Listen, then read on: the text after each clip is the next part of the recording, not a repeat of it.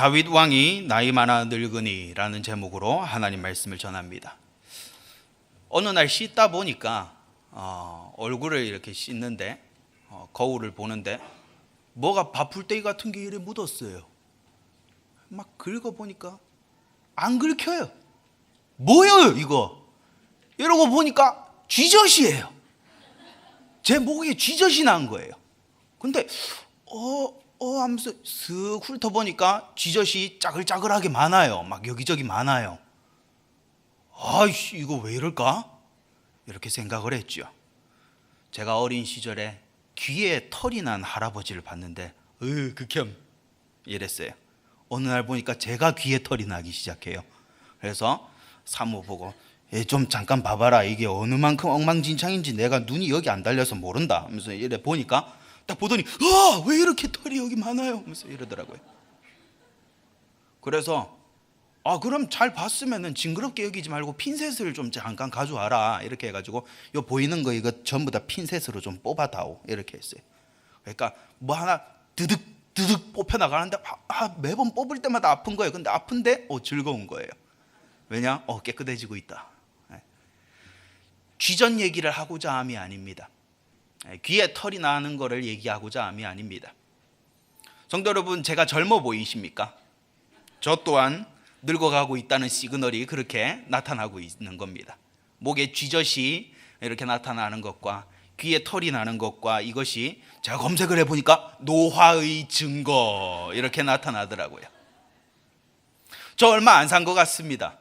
엊그제 중고등학생 시절을 지낸 것 같아요.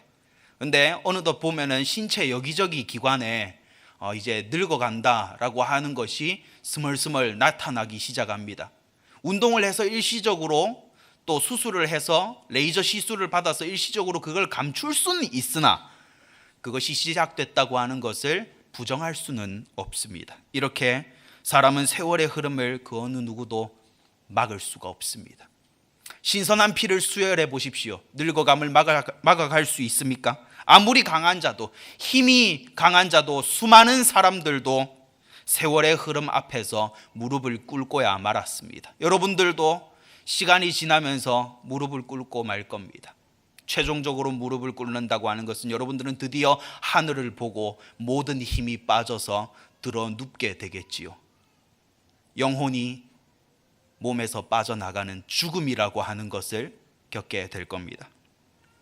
저는 여러분들에게 굳이 많이 언급을 하지는 않았습니다만은 정말 세밀하게 아시는 분은 제가 어떤 목회자를 좋아하는지, 영미권에 있는 어떤 목회자를 좋아하는지 아시는 분들도 있을 겁니다. 최근에 그분께서 하나님의 부르심을 입어 가셨습니다. 저에게는 제 이제 애칭이죠. 저의 개인적인, 매우 지극히 개인적인 애칭은 맥형이었습니다. 이 맥형은 굉장히 제가 좋아하던 또 그리고 굉장히 저의 모범이 되는 그런 분이셨습니다. 하나님 말씀에 성실하려고 했고 그 어느 누구보다도 하나님께 충성하고자 했고, 그런데 어느 날 영상을 보는데 손이 지나치게 부어 있더라고요. 그리고 얼굴에도 검버섯이 상당히 많이 피어오르고, 그래서 그날 예측을 했습니다. 몇 년 안에 하나님께로 가시겠구나. 그 특유의 그게 있습니다. 손끝에 그 손이 부어요. 붓는데 이게 물에 뿌른 것처럼 부어요. 그게 이제 죽음의 시그널이거든요. 똑같은 것을 저의 외할머니의 신체를 볼 때도 제가 본 바가 있습니다. 그렇게 예상을 하고 다시 교회 사역에 집중하는 중에 어느 날 비보가 들려왔지요. 86세로 별세하셨습니다. 하나님의 부르심을 입었습니다. 이렇게 유명한 사람도, 아주 뛰어난 사람도, 정말 귀한 사람도 언젠가 죽기 마련입니다. 하나님께서 한번 선언하신 것이 전 인류에게 성취되고 있는 것이지요. 너는 흙이니 흙으로 돌아가라. 오늘 말씀을 통하여서 삶을 진지하게 생각하게 되시고 1분 1초를 하나님의 영광을 위하여 사는 우리 귀한 안디옥 교회 모든 성도님들 되어 가시기를 바랍니다. 큰 첫 번째로 다윗이 나이 많아 늙으니. 이 다윗은 어떤 사람이었습니까? 베들레헴에서 이름 없는 목동으로 성경에 등장하기 시작한 인물이었습니다. 하나님께서 집중하여 다 보시는 그의 인생의 초반은 아무런 보잘것없는 목동 시절이었어요. 이스라엘 역사상 가장 훌륭한, 가장 뛰어난 통치자가 되기까지 그의 인생의 경로에는 늘 하나님께서 함께 오셨습니다. 성경은 이렇게 말합니다. 여호와의 신에 크게 감동되었다라고 그의 생애를 평가하고 있습니다. 매번 하나님의 말씀을 주야로 묵상하는 것이 성령 감동인 것이지요. 그래서 그의 시편에는 여호와의 율법을 즐거워한다라고 하는 표현이 등장하는 겁니다. 여호와는 나의 목자시다, 내가 두려움이 없다라고 하는 이런 내용이 왜 등장을 하냐? 말씀을 생각함으로, 말씀으로 인도하시는 하나님을 탁 믿고 신뢰함으로 여호와의 신에 감동된 생애를 산 사람이었기 때문이지요. 이렇게 감동된 생애를 살면 삶이 평탄한가? 그의 생애는 굉장히 파란만장한 세월이었습니다. 왕으로 임명받고 난 뒤에 바로 왕이 된 것이 아니라 젊은 시절서부터 15년에 달하도록 사울 왕에게 쫓기게 됩니다. 얼마나 억울한 상황이겠습니까? 이 사울 왕은요, 다윗의 장인어른입니다. 아니, 그렇게 엮여 있는데 왜 죽이려고 합니까? 한 번도 해악을 끼친 적이 없습니다. 오히려 죽일 수 있는 환경 속에서도 안 죽인 사람이에요. 그런데 끝까지 쫓아다닙니다. 이런 15년간의 추격 그리고 도피 생활을 이어가는 중에 수없이 많은 죽음의 고비를 넘겼습니다. 그러면서도 다윗은요, 내 인생이 왜 이렇게 고달프냐, 여기에 집중하는 것이 아니라 다윗은 자기가 하나님께로부터 받은 그 사명, 하나님께로부터 받은 그 직분을 생각함으로 나오는 그 사명에 일생을 걸었던 사람입니다.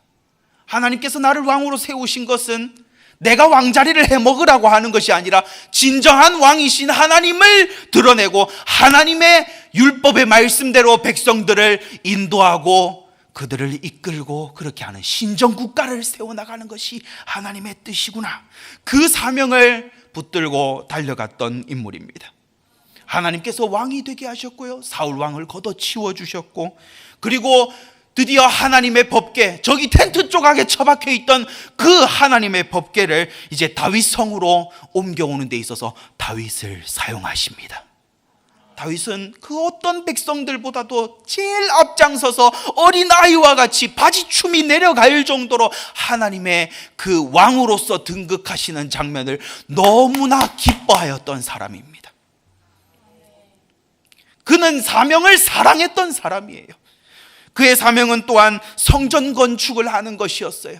이방의 성전, 이방 신들을 섬기는 저 우상의 전들은 돌로 정식으로 세워지고, 그리고 거기에 사제들이 있고 다. 그런데 왜 우리 하나님은, 왜 하나밖에 없으신 진정한 오직 한 분이신 하나님은 왜 텐트 조각에 처박혀 있는 저딴 곳에 대우를 받아야 되냐? 성전을 건축하겠다. 그래서 하나님은 다윗의 치루는 모든 전쟁에 승리를 안겨주셨습니다. 고대 전쟁에서 승리를 했다라고 하면은 상대방 진영이 가지고 있는 모든 전리품들을 다 가져갈 수 있는 엄청난 사업과 똑같은 겁니다. 그런데 그 사업 때마다 매번 큰 수확을 얻게 하셨다. 그런데 다윗은 잊지 않는 거예요. 이 돈에 미치는 것이 아니라 정신을 차리고 하나님의 전을 세우는 것에다가 그 모든 재물을 사용합니다. 그래서 성전 건축에 구체적으로 하나님께서 모든 준비를 다윗에게 시켜놓으시죠. 다윗은요, 말씀이 다스리는 나라, 말씀이, 하나님 말씀으로 말미암아 다스림을 받는 백성들이 꽉꽉 찬 이 말씀 천하를 이루기 위하여 다 왕으로서의 자리에서 책무를 다하고 전쟁에 임하고 백성들을 지도하였어요. 그러니까 하나님께서 유유상종 같은 부류들을 붙여주시는 거예요. 성도 여러분, 이 교회에 붙여졌습니까? 그러면은 여러분들은 이 사명을, 이 교회의 사명을 짊어지고 갈 자로 하나님께서 붙이신 것을 믿으십시오. 수많은 동역자들, 레위인들, 제사장들, 선지자들 다윗 주변으로 싹 다 붙습니다. 그렇게 해서 하나님은요, 이 다윗의 사명이 이루어질 수 있도록 수많은 동역자들을 붙여주십니다. 수없는 전쟁에서 다윗은 한 번도 패하지 않았어요. 성경은 이렇게 말합니다. 이 다윗을요, 어디를 가든지 여호와께서 이기게 하시니라. 성도 여러분, 인간의 생사화복은 하나님께서 쥐고 계시고 그 하나님은 사명자에게 이 길을 열어주시는 것입니다. 그냥 땅에다가 얼굴 쳐박고 돼지 모이나 주워먹는 돼지 새끼처럼 살지 말고 하늘을 바라보고 하나님과 교제하고 사명을 향하여서 살게 되시기 바랍니다. 우리나라는 시간이 지날수록 점점 더 살기 어려워질 겁니다. 자명한 사실입니다. 이미 어려워지고 있지만 여러분들의 카톡에는 떴을 겁니다. 정부가 돈을 뿌리고 있다는 것을요. 나라 빚을 내는 겁니다. 그게 5년 뒤에 누가 갚아야 되는 빚으로 돌아올 것 같습니까? 삶은 더 어려워질 겁니다. 재생에너지를 지향한다고 하지요. 원자력 발전소를 점진적으로 포기하겠다고 했지요. 여러분들의 매달마다 날아오는 전기료 고지서, 그거 곧 있으면 곱하기 2, 곱하기 3이 될 겁니다. 점점 더 어려워질 겁니다. 그러나 우리는 지금 어려운 삶에 그냥 허덕허덕거리면서 눈앞에 보이는 것만 쫓는 게 아니라 내가 왜 사는지, 내가 무엇을 위해 사는지 이걸 더 견고하게 하는 좋은 계기가 될 겁니다. 성도 여러분, 어려우면 어려울수록 하나님의 백성으로 살아가십시오. 하나님께서는 다윗에게 모든 원수를 정복할 수 있는 힘과 지혜와 능력을 크게 더하셔서 다윗의 나라가 크게 영토가 확장되게 됩니다. 그런데 이렇게 확장되는 중에 역시 다윗은 죄인인 것을 드러냅니다. 하나님의 긍휼과 은혜가 없이는 신속히 죄로 미끄러지는 한낱 죄인일 뿐임을 성경에서 굳이 말하고 있는 것은 사람을 믿지 말라는 것입니다. 성도 여러분, 어떤 뛰어난 사람도 하나님 믿듯 쫓지 마시고 하나님을 믿고 하나님께 기대를 걸고 하나님 말씀에 기대는 분들 되시기 바랍니다. 다윗도 쓰러졌어요. 오늘날에 수없이 많은 사람들이 살고 있습니다만 주의 종들 중에도 인생의 말년에 아주 추악한 죄가 대중들에게 드러날 때도 있을 겁니다. 그러나 우리는 실망할 필요 없습니다. 인간이기에, 죄인이기에 그가 회개하면 다행이고 회개하지 않는다면 참으로 불행한 일이다. 하나님은 여전히 나의 하나님이 되시고 내가 섬길 바는 그대로 진행된다. 이렇게 흔들리지 않는 자가 되려고 하면 오직 하나님만을 의지해야 합니다. 다윗의 집안 안으로 보게 되면 온갖 재화가 일어납니다. 그 재화의 첫 시작 스타트가 무엇이었냐면 전쟁에 연전연승을 하는 중에 요압 장군은 전투지에 보내놓고 자기는 지붕 위에서 한가롭게 쉬고 있다가 벗은 여인의 몸을 보고 음욕을 품습니다. 그게 시작이에요. 밧세바를 강제로 취하게 됩니다. 이렇게 해서 이스라엘 백성들까지 막 징계가 확장되기까지 다윗의 가문 안에 엄청난 파고가 많이 생기게 됩니다. 성도 여러분, 어떤 어려운 일이 있을 때는 기도가 되십니까? 어떤 중요한 일이 있을 때는 기도가 되십니까? 죄를 두고는 기도가 되십니까? 죄를 두고는 자복하는 회개가 되십니까? 어떤 일보다, 어떤 문제가 해결되는 것보다 죄를 두고 회개하는 것이 본질 아니겠습니까? 사무엘 상하가 보여주는 다윗의 행보 중에 아주 긴 사무엘하 12장에서부터 20장까지 이어지는 다윗 가문 안에서 일어나는 모든 재화는 그의 죄로 출발한 것입니다. 하나님께서 허락하여 주지 않으신 것을 탐하는 마음에서부터 시작한 것입니다. 별것도 아닌 거라고요? 별것도 아닌 거라고 하기에는 사무엘하 12장에서 20장까지 너무 길게 하나님 말씀이 다윗 가문의 재화를 너무 길게 할애하여 말씀하고 있습니다. 성도 여러분, 죄를 회개하십시오. 이런 다윗도 인생의 파고도 많고 하나님께서 함께 하시고 이런 산전수전 다 겪은 다윗도 늙어갑니다. 다윗도 늙었습니다. 쇠하여집니다. 이불을 덮어도 따뜻하지 않습니다. 이게 혈액순환이 되지 않아서 그런 것이죠. 기력이 약해지고 체온 유지가 되지 않고 그런 삶이 오게 되는데, 하나님의 사람이라고 이런 삶이 안 오냐? 옵니다. 똑같이 옵니다. 영웅 다윗의 때가 얼마 남지 않았다고 하는 것을 신하들까지 알아차릴 정도였으니 얼마나 안타까운 상황인지 모르지요.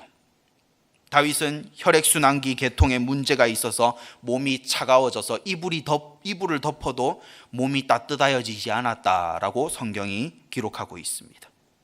많은 신하들이 다윗의 생명을 그나마 좀 힘써 연장하기 위하여서 애를 썼으나 다윗의 임종은 차근차근 다가옵니다.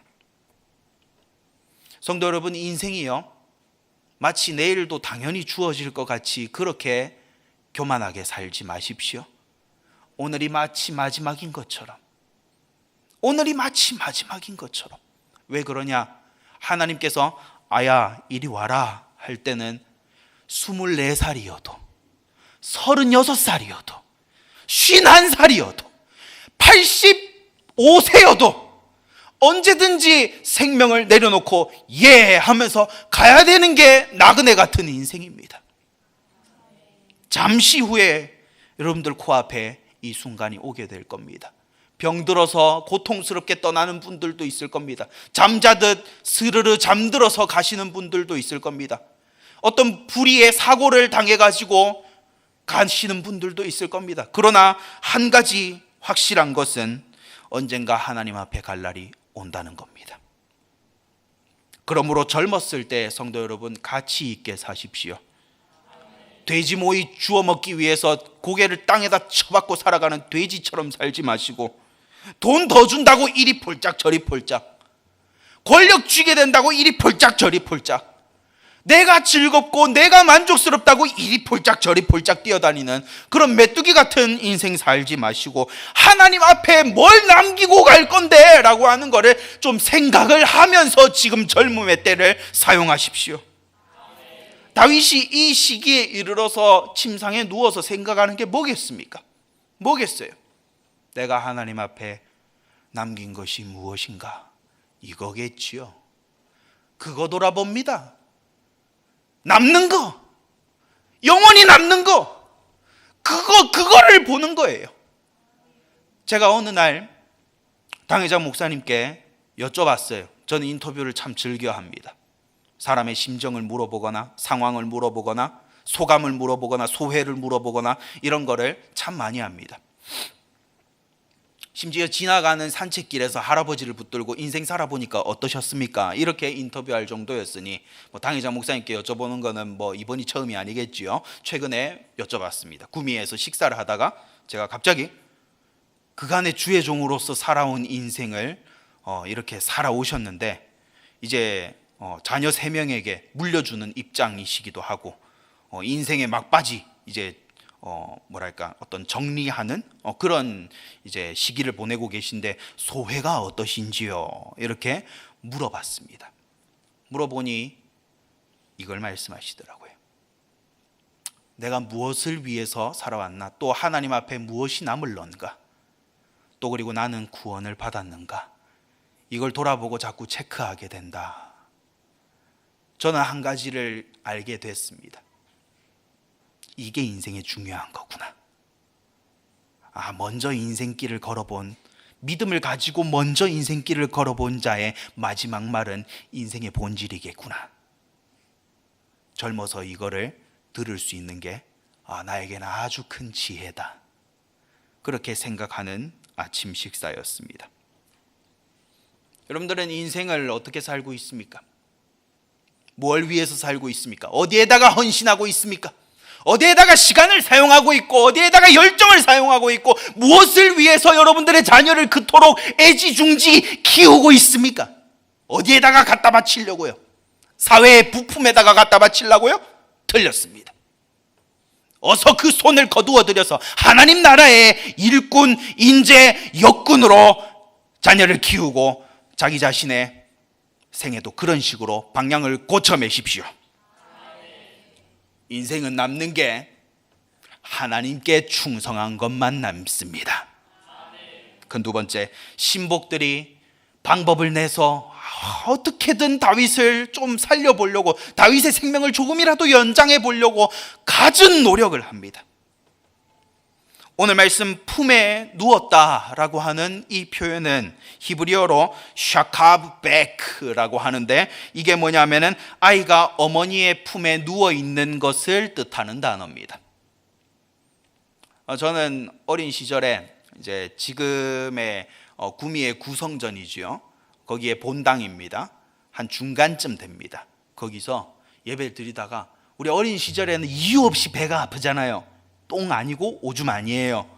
장염 아니에요. 위염 아니에요. 그냥 배가 아파요. 그런 거 한 번씩 있잖아요. 배가 아프, 예배 드리다 배 아프면 흐 하면서 막 웁니다. 울면은 이제 뭐가 와요? 엄마 손이 오잖아요. 그래서 그 잠깐 누워봐라, 내 허벅지 베고 좀 누워라, 이렇게 하면 제가 싹 이렇게 눕습니다. 누우면은 탁 이렇게 원을 그리면서 배를 싹 쓰다듬어 줘요. 그러면은요, 약을 먹은 것도 아니고 수술을 한 것도 아니고 진통제를 먹은 것도 아니고 아무것도 아닌데 허 하면서 따뜻해지면서 마음이 평안해지면서 사람이 노곤해지면서 이제 목사님의 음성이 하면서 잠에 듭니다. 아픔을 다 잊어요.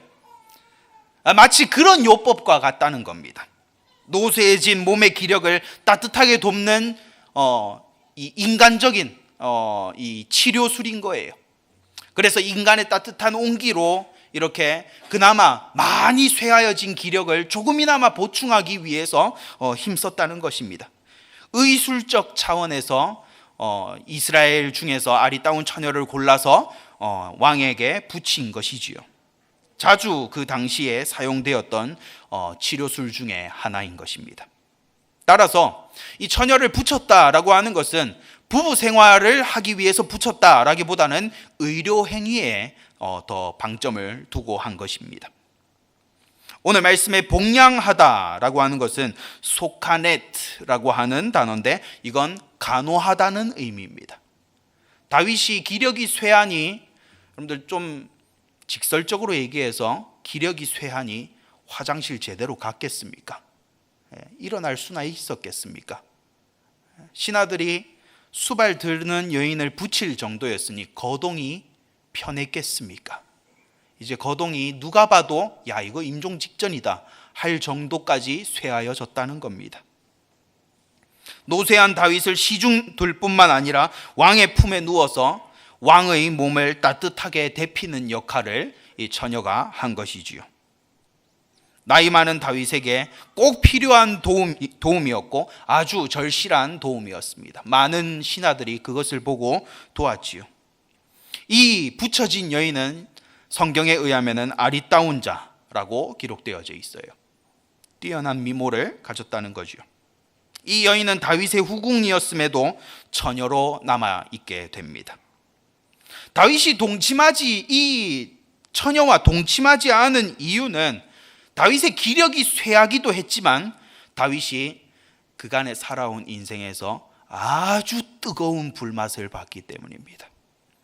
이 죄에 빠지면 사무엘하 12장서부터 20장까지 고생길이 이제 삶의 입력이 다 돼버린 거예요. 성도 여러분, 이걸요 보면서 다윗이 맨 마지막 인생 장면에서 기력이 쇠하여 처녀를 건드리지 않은 것도 있지만은 그간의 인생길에 살아온 모든 눈물 나는 스토리들, 매우 힘든 스토리들, 이 모든 것들을 돌아보면서 내가 같은 죄에 다시 빠지지 않겠다라고 하는 이것을 품게 만들어주는 하나님의 징계, 이 징계가 얼마나 사랑이 듬뿍 담겨 있는 징계인지를 성도 여러분 알고 징계의 순간에 눈물만 찔찔 흘리는 자들 되지 않게 되기를 바랍니다. 하나님은요, 징계하실 때에도 사랑을 담아서 징계하시는 분임이 여기에서 일면 드러나게 되는 겁니다. 다시 돌아와서 다윗의 아들들 중에 아도니아라고 하는 사람이 있어요. 이 아도니아가 이 다윗의 노쇠하여 국정 운영을 제대로 하지 못하는 침묵의 순간에 이제 반란의 좋은 기회로 이것을 삼게 됩니다. 큰 세 번째, 지도자의 침묵을 성도 여러분 꼭 경계하십시오. 어떠한 경우에도 영적인 지도자 또 그리고 교회를 이 하나님께로부터 사명을 받아 이끌어가는 입장에 있는 자가 침묵하지 않도록 여러분들이 동력해야 됩니다. 다윗이요, 몸이 노쇠하니까 국정 운영 제대로 할 수 있습니까? 하나님께 번제 제대로 드릴 수 있습니까? 모든 신체적인 활동이 다 제한되니 이제 다윗이 침묵할 수밖에 없죠. 아무런 영향력이 있을 수가 없는 겁니다. 이때 아도니아가 왕위를 노리고 스스로 높이는 사건이 일어나게 됩니다. 여러분들, 리더가, 영적인 리더가 침묵을 하고 영적으로 이렇게 리더하는 사람이 침묵하는 이 순간이 매우 위험한 순간임을 알아야 됩니다. 영적인 리더는요, 여러분들의 가정이 언제 꾸려져야 되는지를 말씀하고 있고, 왜 꾸려져야 되는지, 무엇을 위해서 자녀를 낳아야 되는지, 자녀를 어떤 식으로 교육해야 되는지, 가정의 사적인 모든 영역에 있어 하나님의 말씀으로 이리 해야 된다, 저리 해야 된다, 지금 해야 된다, 막 이런 거를 선포하는 사람입니다. 성도 여러분, 진짜 정상적인 교회의 형태가 되려고 하면은 단적인 그냥 아주 작은 예시로 언제 결혼을 해야 되냐 하면은 입교 언제 합니까? 14세. 거기서부터 약 5년에서 6년 정도 신앙 훈련하고 말씀 알아가고 조직 신학 훈련 받고 전도와 선교에 임하고 그러면서도 공부하고 기도하고 회개하고 나의 하나님을 찾고 막 이런 거를 장장 6년간 할 수 있어요. 6년간. 그렇게 해서 약 20살 정도 되면은 결혼할 수 있는 영육간의 딱 영성과 지성이 동시에 딱 갖춰진 상태가 20살에 돼야 정상이에요. 이걸 어떻게 알았냐? 왜 이런 특정 나이라고 했냐? 언젠지 정확하게는 기억 안 납니다만은 미국에 제가 갔을 때 TGC 컨퍼런스 거기 갔을 때 제가 또 인터뷰하는 거 참 좋아하잖아요. 뒷자리에 탁 이렇게 있는데 앞자리에 사람들이 워낙 많이 앉아가지고 뒷자리에 앉을 수밖에 없었어요. 자리가 워낙 없어가지고. 그래서 제가 이렇게 듣고 있는데 제가 영어를 들으면은 저 영어 잘 못합니다. 잘하는 척은 할 줄 알아요. 근데 잘은 못해요. 그래서 막 빠르게 얘기하는데 한 40% 알아듣겠어요. 그나마도 한 15분 지나면 사람이 머리가 퀭해지면서 나는 유학 체질은 아닌갑서 이런 생각이 딱 듭니다. 그래가지고 딱 이래 뒷자리에서 듣고 있는데 옆에서 자꾸 유모차가 막 왔다 갔다 하는 거예요. 유모차가 왔다 갔다 하니까 막 외국인 애들 엄청나게 귀엽대요. 눈이 파래가지고 딱 이래 보는데 저도 시커먼 눈으로 이래 보면서 야, 눈이 파랗다, 멋지네, 괜찮네, 호수 같네, 막 이렇게 한국어로 저 혼자 떠들고 있었어요. 근데 그 끄는 엄마를 이래 보니까 나보다 한참 어려 보여요. 그래서 가서 얘기를 붙여봤어요. 실례합니다. 저는 한국에서 왔는데 이 자녀를 낳아가지고 이렇게 기르는 거를 보니까 나이가 들 걸로 예상을 했는데 얼굴을 보니까 나이가 많이 어려 보이세요. 몇 살이세요? 이러니까 22, 23, 진짜 많아도 25을 안 넘겨요. 주변에 엄마들 진짜 많았어요. 애기 하나 끌고 하나는 업고 막 이래가지고 다녀요. 막 애 우니까 막 이렇게 밀고 업고 막 제일 많은 사람은요, 손에 들고 밀고 업고 있어요. 3명을 들고 있어요. 우리 자매들 다 물러 터졌어요. 다 물러 터졌어요. 맨날 앉아가지고 카페에서 커피나 마시고 운동 하나도 안 하고 이러니까 근육 다 빠져가지고 애 하나만 들어도 해 이러고 있잖아요. 그 사람들요, 젊은 시절 어떻게 보내냐면 아침 되면요 그냥 뭐 하나 주워 입고 나가가지고 계속 뛰는 거예요. 유산소 운동을 해놔 놓으니까 이게 근육이 막 붙어 있는 거예요. 아무튼 3명을 이렇게 끄는 엄마도 있었어요. 제가 다 인터뷰해봤어요. How old are you? How old are you? Please tell me. 다 했어요. 그러니까 뭐 22, 21, 24. How many children you have? 물어봤어요. 3. 뭐 이렇게 하고 뭐 3 그 뒤에 막 말랄랄라 하더니 뭐 입양했다라고 하는 그런 것까지 딱 붙여가지고 뭐 해가지고 맨 마지막에 5 이렇게 얘기하더라고요. 그래서 더 낳을 계획이 있냐 물어봤더니 Of course 이러는 거예요. 호시 한 25 됐는데 이미 애가 3명이 있어요. 야, 이런 사람은요 이제 뭐 한 30살 되면은 출산 끝날 거 아닙니까? 그냥 끝나요. 30살부터 그냥 출산 끝나는 거예요. 그 사람들이 우리보다 기독교가 먼저 정착되어진 지역에 있는 사람들입니다. 하나님께서 2차 성징이 일어나게 하신 그때부터 적극적으로 준비하고 그리고 빨리 그 출산에 탁 뛰어드니까 지금도 바이블 벨트가 지켜지는 거 있죠. 지금도 거기가 굳건해요. 막 그냥 보통 5명, 6명, 7명, 많으면 뭐 11명 이렇게 났습니다. 그러니까요, 안 지켜질 수가 없는 거예요. 거기가 바이블 벨트가 탄탄한 거예요. 그래서 그 탄탄하게 세워져 있는 사람들이 전도도 하고 선교도 가고 메시지도 하고 인터넷 발달됐잖아요. 그 인터넷 이제 지구 반대편에서 주워서 듣고 막 그렇게 되는 거죠. 이렇게 주의 종이 가정을 향하여서 선포하는 거 이거 안 하면은 이제 우리 한국작 되는 거예요. 34살이 되든 36살이 되든 나는 아직 아닐 거라고 생각하네. 나는 아직 마음의 준비가 안 됐네. 아유, 마음의 준비요. 36살이면 솔직히 늦었어요. 상당히 늦었어요. 제가 산부인과 가보니까 와, 우리가 제일 어려요. 제일 어려요. 첫째 은도 나올 때 가서 보니까 34살. 뭐 34살도 양반이에요. 제일 많은 거는 제가 몇 살을 봤냐면 39을 봤어요. 39이면 1년만 지나면 그 어떤 유혹에도 굴하지 않는 불혹이라고 하는 나이가 찾아옵니다. 야, 이거 40살이면은 막 진짜 신체 나이가 얼마만큼 늙은 겁니까? 39에 애 낳아도 애가 정상적으로 잘 나오던데 그건 기적이에요. 기적. 인간 신체는 25살부터 꺾여져서 늙기 시작합니다. 근데 가정에 대해서 지금 결혼해야 된다, 지금 시기를 놓치지 말아야 된다 라고 외치는 자가 없으니 지금 어디까지 딜레이 됩니까? 이제 아예 허리춤에서 정자 난자 빼가지고 동결시키는 시대가 이르렀지요. 이게 정상으로 보이십니까? 양심이 있는 자라면 이건 정상으로 안 보일 겁니다. 저는 정상으로 안 보입니다.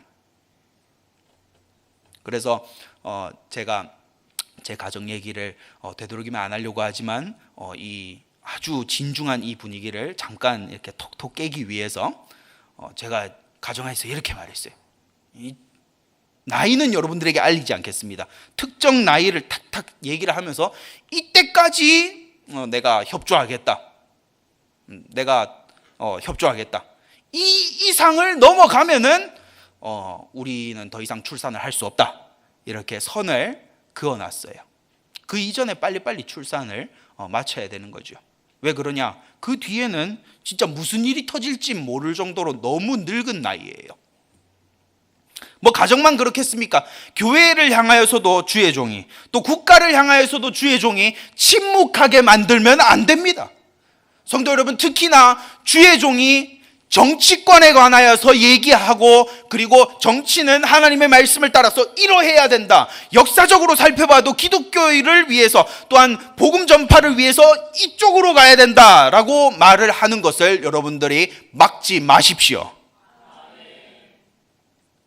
소위 그리스도인이라고 하는 사람들 중에 얼마나 교회를 깨부수는 데다가 표를 주고 지지하는 사람들이 있는지 모릅니다. 우리 지난날에 겪어봤지 않습니까? 복원이라고 하는 명목으로 우리의 예배를 틀어막은 것을 여러분들 벌써 잊으셨습니까? 그러한 정치권이 되지 않도록 외치는 강단을 여러분들은 아멘으로 전적으로 동의하고 함께하고 같은 소리를 내야 되는 것이에요. 이 싸움은 이제 코앞에 딱 오면은 이미 늦은 겁니다. 이미 늦은 거예요. 그래서 가정과 교회, 국가에 대하여서 영적 지도자가 침묵을 하게 되면 엄청난 위기가 도래하게 됩니다. 성도 여러분, 주의 종은요, 듣기 좋은 말 안 합니다. 감성적인 말 안 합니다. 인간이 보기에 다수가 동조하는 말 안 합니다. 어떤 말 하냐? 하나님의 말씀을 말합니다. 이 말씀에 유익이 되게끔 말합니다. 주님의 몸을 온전케 하게끔 말씀을 따라서 말합니다. 그래서 온갖 틀어막으려고 하는 자들의 온갖 방해 공작이 있을 겁니다. 있어요. 당장에 이렇게 한번 말해보세요. 정치권의 목사님이 말씀대로의 정치권이 돼야 된다고 하는 것을 말해야 된다 이러면 당장에 날라오는 게 뭐냐면 정교분리 이런 식으로 해가지고 막 날라옵니다. 정교분리요. 정교분리요. 그렇다면 나라가 이 예배를 막지 말았어야지요. 간섭해 오잖아요. 정치가 가만히 있을 것 같습니까? 간섭해 옵니다. 너희 예배 어쩌고 저쩌고, 너희 목사님 어쩌고 저쩌고. 그렇죠? 이제는 카톡에서 뭐 한마디 잘못해도 어디 신고당하면 바로 카톡 강제 탈퇴당할 수도 있습니다. 여러분들 아시지요? 일일이 다 감시받는 사회가 왜 되어가고 있습니까?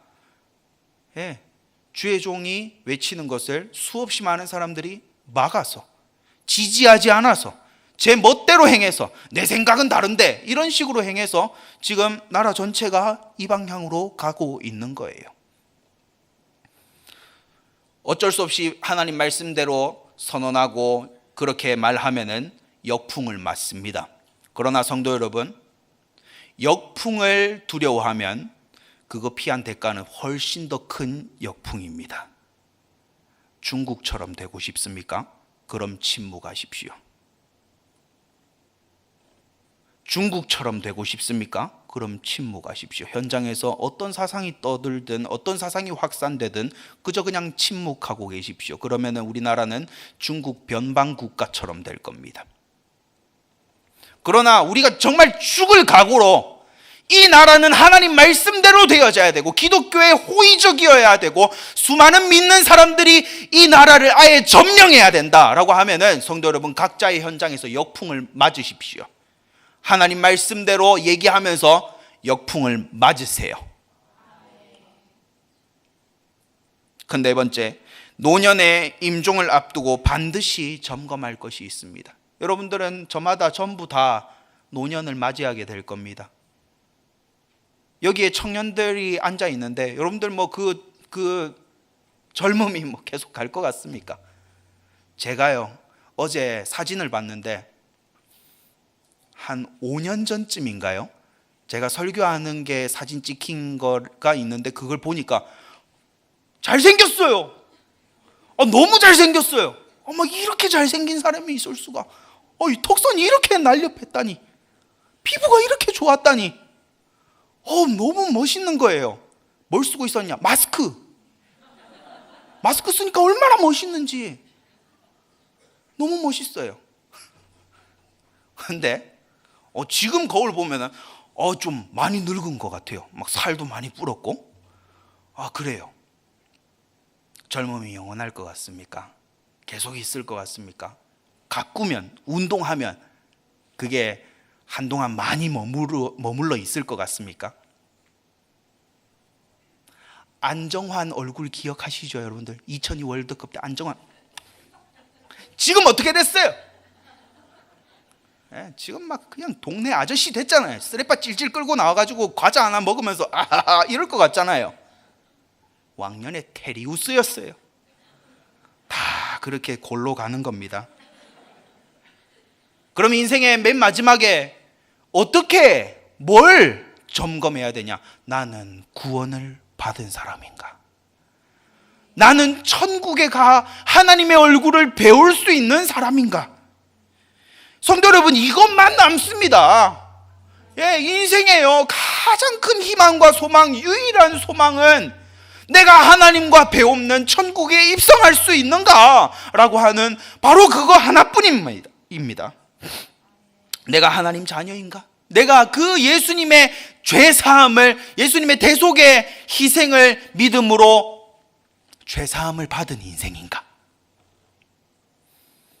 그것을 알려고 하면은 구약의 메시아로 예언된, 또한 신약 성경에 그리스도라고 되어 있는 이 예수님을 내 마음속에 구원주로 믿고 있는가? 영접하였는가? 받아들였는가? 여러분들, 하나님이, 성육신하신 이 하나님이 나의 왕이셔야 됩니다. 왕은 뭡니까? 주권자라는 거예요. 하나님의 말씀이 이러하다라고 하면은, 예수님의 명령이 이러하다라고 하면은, 이러한 사람이 구원받은 사람이라는 겁니다. 예수님을 믿는가 아니 믿는가라고 하는 것은 일상생활에서 다 드러나게 되어 있어요. 사람은 거짓말을 할 수 있습니다. 믿습니다 하면서 뭐는 속일 수 없습니까? 행위는 속일 수 없습니다. 진짜 믿는 사람은 안 믿는 사람과 행위가 그래서 다를 수밖에 없어요. 이렇게 성육신하신 하나님이신 이 예수님을 나의 왕으로 믿고 따라야 됩니다. 나의 하나님, 나의 주인, 나의 주, 나의 주인. 그분의 말씀이라면은 내 주인님의 말씀이다. 이게 믿는 사람들의 심정입니다.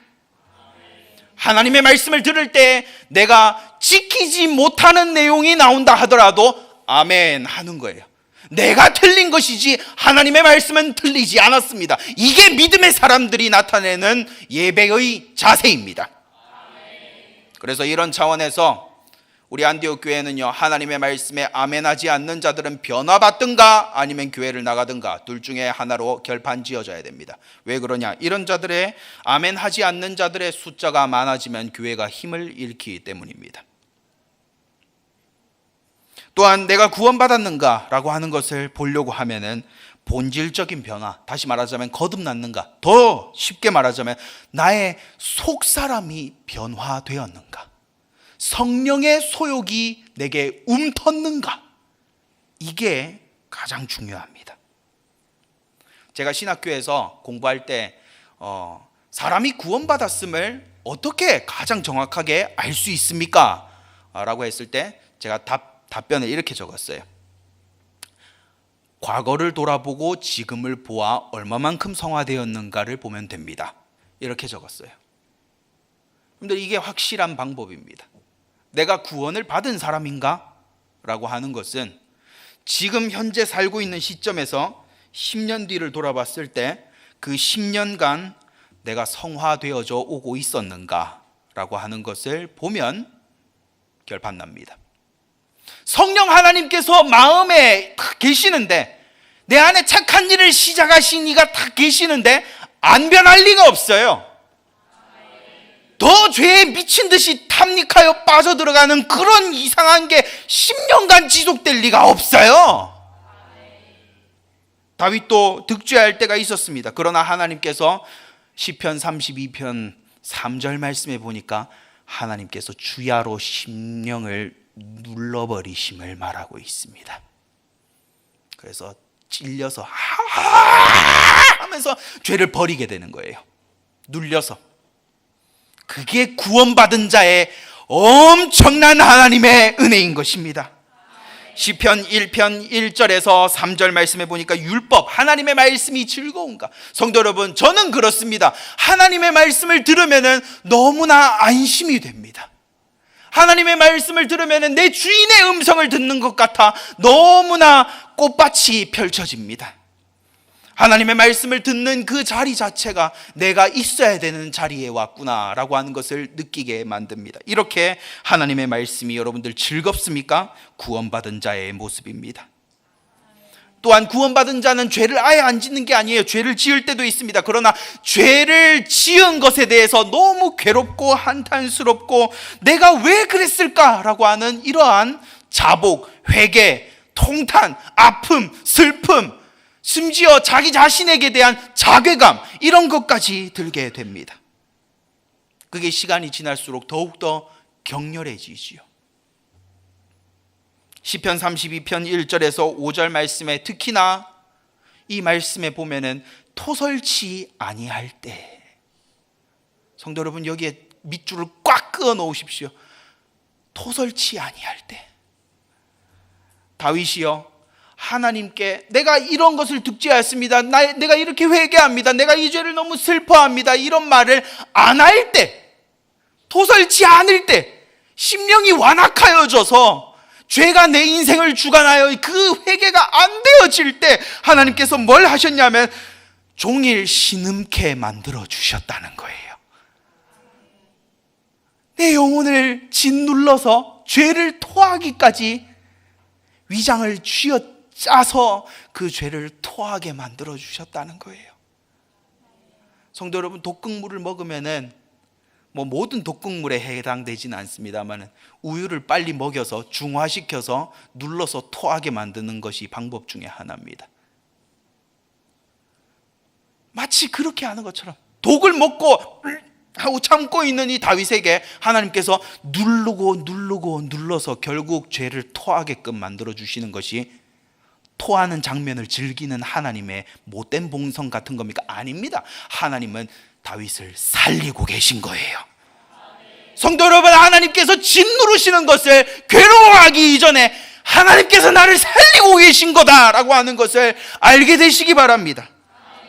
이렇게 거듭난 자는 하나님께서 누르시는 손길이 있어요. 사생자가 아니니까요.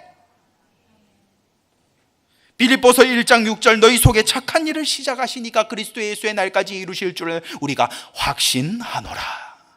성도 여러분, 주 예수 그리스도를 믿음으로 구원받은 성도들은 안심해도 됩니다. 왜 그러냐? 우리 속에 착한 일을 시작하시니까 우리를 쥐어 짤 것이기 때문입니다. 얼마나 든든합니까? 얼마나 든든합니까? 우리의 노력에 달려있지 않으니, 조석간에 달라지는 우리의 마음에 달려있지 아니하니 얼마나 이것이 할렐루야 그 자체입니까? 빌립보서 2장 13절 말씀해 보니까 너희 안에 행하시는 이는 하나님이시니, 마음의 소원을 두고 행하게 하신다. 우리의 소원을 바꿔준답니다. 그 사람은요, 그 말로 안 통하는 존재입니다. 왜 그러냐? 지 마음에 있으면은요, 누가 뭘 하고 조언을 해도 그 귓전에 안 들어오는 게 인간입니다. 근데 하나님은 마음의 소원을 바꿔주신대요. 성도 여러분, 하나님께 감사하십시오. 하나님께서 마음의 소원을 바꿔주실 것을 미리 믿고 지금 감사하십시오. 여러분들 자녀를 키울 때 자녀가 안 달라집니까? 네가 이래서 안 달라지고 넌 이게 문제고 저게 문제고 이런 맞는 소리 말하지 말고 나는 하나님이 너의 소원을 바꿔주시리라 믿는다. 그 하나님이 빌립보서 2장 13절 말씀에 너희 속에 이 소원을 바꿔서 행하게 해주시는 바로 그런 하나님을 나는 과학보다 더 믿는다 라고 하는 이런 믿음의 고백을 해야 되지 않겠습니까? 이렇게 속사람이 달라지는 것은 우리가 노력했기 때문이 아니라 성령 하나님께서 내주하시기 때문에 되어지는 거예요. 성도 여러분, 이것이 여러분들 생애에 나타나고 있습니까? 안심해도 됩니다. 인생을 담대하게 살아가십시오. 마치 내일 주님을 만날 것과 같이 담대하게 용감하게 살아도 됩니다. 그러나 이것이 나타나고 있지 않다면 낙담할 것 없습니다. 예수 그리스도를 나의 구원자로 믿고 영접하고 그 앞에 무릎을 꿇으면 됩니다.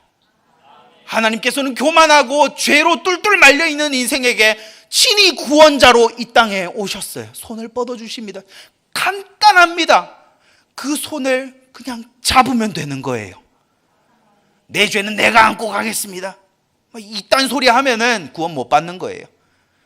내가 나 스스로를 구원할 수 없는 죄인이니 하나님께서 주신 구원의 손에 저를 의탁합니다.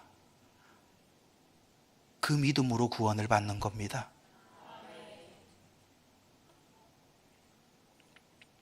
또한 노년의 임종을 앞두고 우리가 점검해야 할 것은 하나님이 나의 주인가? 하나님이 나의 인도자였는가? 하나님이 나의 목자였는가? 이것을 점검해야 됩니다. 구원뿐만 아니라 그간의 내 인생이 내 판단에 의해 가지고 살아온 것이었나, 아니면 하나님의 음성을 듣고 따라오는 생애였나, 이것을 돌아봐야 합니다. 우리 예수님께서는 요한복음 10장 27절 말씀에 내 양은 내 음성을 들으며 나는 저희를 알며 저희는 나를 따르느니라. 아멘. 예수님의 음성을 듣는 거예요. 하나님 말씀을 통하여서 우리 주님의 음성을 듣는 거예요. 그리고 주님도 우리를 안다고 하는 그 표징이 뭡니까? 나타나는 게 뭡니까? 저희는 나를 따르느니라. 성도 여러분, 민주주의 사회에 살면서 사람들의 의견을 따라가십니까? 우리 하나님의 백성은 민의를 따라가는 것이 아니라 하나님의 말씀이 이러하다라고 하면 하나님 말씀을 따라갑니다. 그래서 주의 종이 하는 굵직한 사역 중에 하나가 뭐냐면, 하나님 말씀이 이렇게 기록되어져 있는데 당신은 왜 하나님 말씀대로 하지 않냐라고 하는 이 책망이 바로 목회자의 주된 사역 중에 하나입니다. 성도 여러분, 꽃같게 생각하지 마시고 따갑게 생각하지 마시고 부담스럽게 여겨 주의 종을 피하지 마시고 기도부터 끊어버리고 예배부터 끊어버리고 사명부터 멀리하는 그런 거 하지 마시고 이걸 그냥 하나님 음성으로 들으십시오. 그 자의적으로 안 가르치고 성경에 근거해가지고 가르치니까, 그 성경에 근거하되 또 성경의 흐름에서 벗어나지도 않는 가르침을 하는 거니까, 저희는 나를 따르느니라. 추종한다는 거예요. 하나님 말씀을 추종한다는 거예요. 그 말씀이 시냇가의 물과 같고 맛있는 꼴과 같은 이러한 우리의 양식이고 우리의 살아가는 기준이라는 것입니다. 또한 거듭난 자는 심령이 가난합니다. 심령이 가난하다고 하는 것은 뭐냐면은 죄에 대해서 애통한다는 겁니다.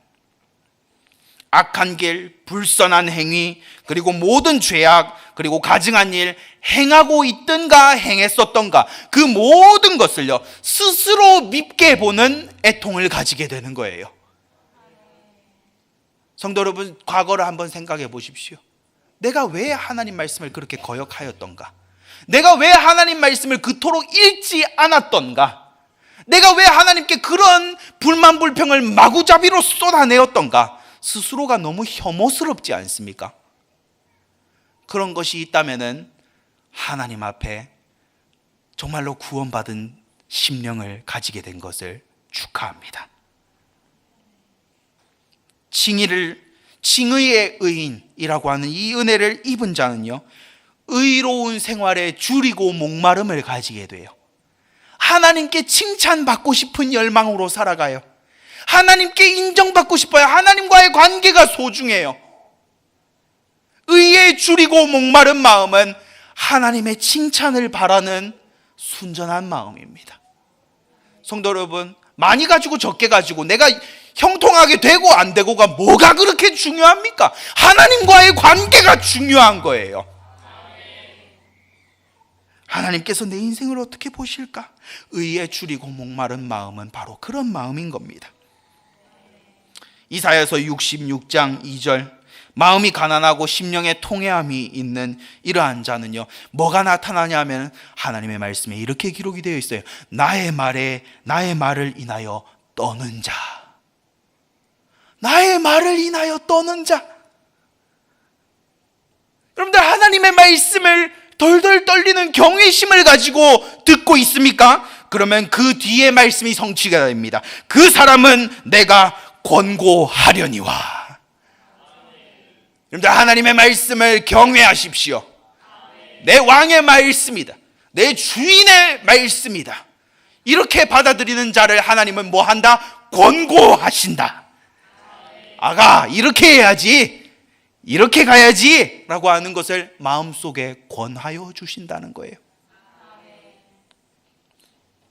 이게 복입니다. 이게 복이에요.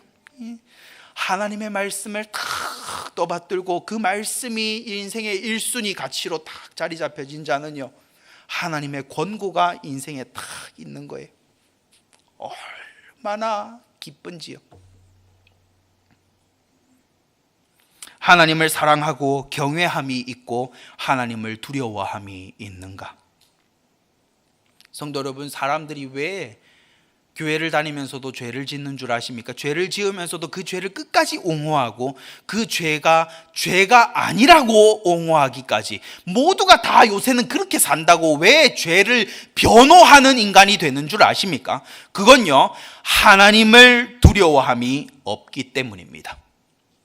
죄를 심판하시고 미워하시고 그 독생자 예수 그리스도를 처절하게 심판 속에 밀어 넣으시기까지 하나님께서 죄를 얼마나 맹렬히 심판하시는 하나님이신지를 생각 자체를 안 해서 그래요.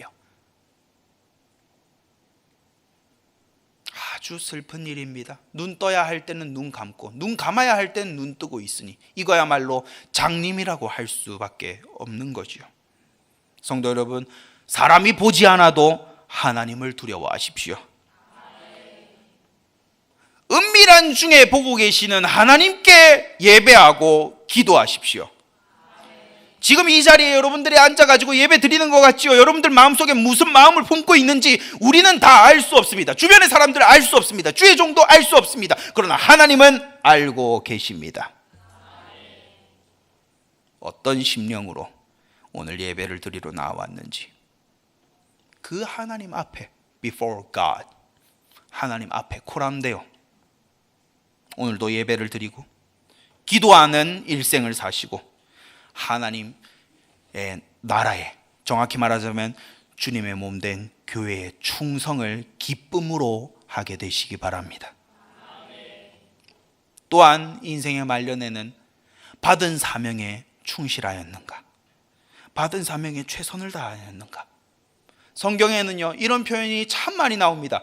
행한 일이 따름이라, 행한 대로 갚아주리라. 사람에게 행위라고 하는 것은 믿음의 결과물입니다. 내가 뭘 믿냐는 행위로 다 나타납니다. 그래서 하나님은 행위대로 따릅니다. 행위대로 갚는다, 그렇게 말씀을 하고 있는 겁니다. 다윗의 3가지 사명이 무엇이었습니까? 그 사명에 따라서, 그 사명에 얼마만큼 충성되었냐에 따라서 보람과 기쁨이 이제 인생 말년에 체크가 되는 거예요. 고린도후서 13장 5절, 너희가 믿음에 있는가 너희 자신을 시험하고 너희 자신을 확증하라. 예수 그리스도께서 너희 안에 계신 줄을 스스로 알지 못하느냐? 그렇지 않으면 너희가 버리운 자니라. 성도 여러분, 구원은요, 아주 두루뭉술한 것이 아닙니다. 바뀌어진 심령이 없다면은 아주 지금 섬뜩하게 이 말씀을 들어야 됩니다. 죽음은 확실히 여러분들에게 한치의 오차도 없이 정확히 여러분들을 향하여 걸어오고 있으며, 그날에는, 그 죽음을 딱 직면하여 만나는 날에는 구원을 받았는가, 사명을 얼마만큼 충성되게 행하였는가, 2가지만 남습니다. 오늘 말씀의 결론입니다. 인생이 긴 것 같지요? 시편 말씀에 따르면 길어봤댔자 7, 80년 요쯤입니다. 7, 80년. 우와, 10대들 지금 10대들, 20대들 잘 들어보세요. 60년, 50년. 와, 많이 남았네. 딱 하면은 40대예요. 이게요, 애를 방금 낳은 것 같은데 어느샌가 5살, 6살, 7살, 8살, 9살, 10살 막 쭉쭉쭉쭉쭉 커버려요. 그 크는 거 막 와 보다 보면은 거울 보면은 흰색 머리가 있어요. 머리에 눈 내렸어요. 아니면 머리가 그냥 다 날아갔던가. 여러분들 중에 벗겨지는 분들 굉장히 많을 겁니다. 모르죠. 저도 벗겨질 수도 있겠죠. 이렇게 인생은 아주 순식간에 싹 지나가 버립니다. 아주 눈 깜짝할 새지요. 누구나 늙고 기력이 쇠하여지고 죽음이 바로 코앞에 있는 장면을 맞이하게 될 겁니다. 항상 하나님 앞에 설 날을 지금, 나중에 해야지, 난 지금 젊으니까. 아니요, 지금. 난 마음의 준비가, 아니 지금. 나는 이것도 준비해야 되고 저것도 준비해야 되고 이것도 해야 되고 저것도, 아니 지금. 오는 데는 순서가 있어도 가는 데는 순서가 없으니 바로 지금 하나님 앞에 설 날을 대비하면서 사십시오. 기도하겠습니다.